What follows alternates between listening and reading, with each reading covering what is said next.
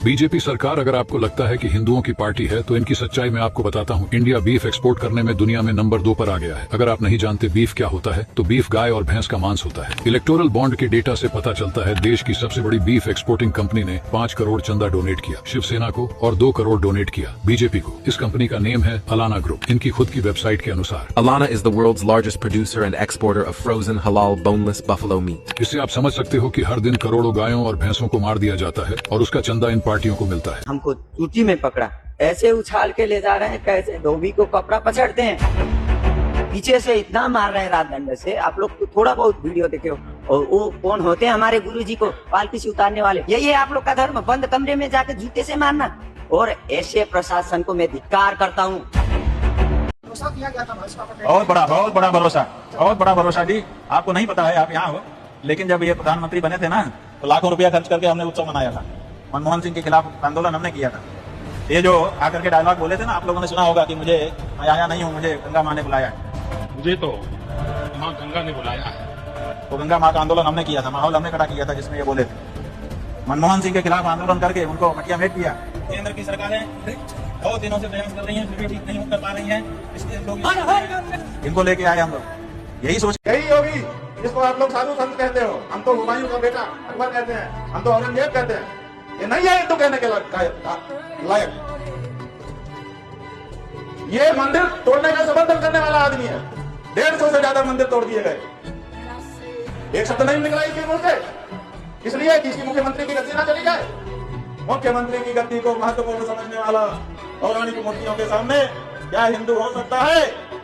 वो सत्तारूढ़ है, वो हिंदू नहीं है। जब मोदी जी उनके पैर छू रहे थे तब वो शंकराचार्य थे। जब अडानी ने उनको अपने घर पर बुलाया, पूजा पाठ कराई, तब वह शंकराचार्य थे। जैसे ही उन्होंने सरकार के खिलाफ आवाज उठा दी, गौ हत्या पर बोल दिए, वैसे ही सरकार ने उनके खिलाफ कार्रवाई कर दी। अब वो शंकराचार्य नहीं है। अब लोग उनसे प्रमाण मांग रहे हैं शंकराचार्य होने का। गौ हत्या का मुद्दा उठाने पर भाजपा हमसे कागज मांग रही है। ये जैसे लोग भी शंकराचार्य से प्रमाण मांग रहे हैं शंकराचार्य होने का।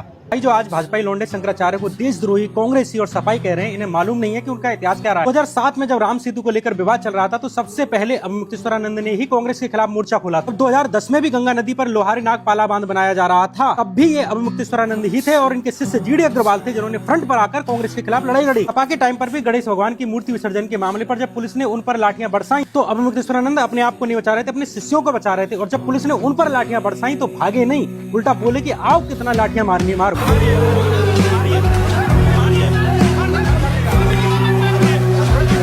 जो राम मंदिर का केस कोर्ट में चल रहा था तब अवमुक्तेश्वरानंद ने ही पुराणों के आधार पर साबित किया था कि राम का जन्म यहीं पर हुआ है। इलाहाबाद हाई कोर्ट और सुप्रीम कोर्ट ने भी अपने फैसलों में अवमुक्तेश्वरानंद की ही गवाही को एक्सेप्ट किया था। कोर्ट ने बकायदे अपने फैसले में लिखा कि उनके बयान से साबित होता है कि इसी जगह पर भगवान राम का जन्म हुआ था। और ये संघी कहते हैं कि अवमुक्तेश्वरानंद तो राम मंदिर विरोधी, क्योंकि उन्होंने इनके भगवान मोदी को आधे अधूरे मंदिर का उद्घाटन करने पर धर्म सम्मत सवाल कर दिया था। मंदिर अभी पूरा बना नहीं और प्रतिष्ठा की जा रही है। ये जीडी अग्रवाल भी अवमुक्तेश्वरानंद के ही शिष्य थे जिनकी भाजपा राज में मां गंगा की सफाई के लिए लड़ते लड़ते अनशन पर मौत हो। और जो मोदी ये कहकर सत्ता में आए थे कि मुझे मां गंगा ने बुलाया है, उस मोदी ने उन्हें मीटिंग के लिए बुलाया तक नहीं। उन जीडी अग्रवाल ने भी उस दौरान ये कहा था कि मेरा सारे संतों से विश्वास उठ गया, किसी ने मेरा साथ नहीं दिया सिवाय एक संत के, और वे थे अवमुक्तेश्वरानंद सरस्वती। 2012 के इस ट्वीट को देखकर हमें पता चलता है कि प्रधानमंत्री मोदी इन्हें बहुत लंबे समय से जानते थे। साल 2018 में भी जब काशी में सालों पुराने मंदिरों को तोड़ा जा रहा था तब बड़े संतों में अकेले अवमुक्तेश्वरानंद ही थे जो थानों में घूम घूम कर शिवलिंगों को अपने संरक्षण में लेकर आए।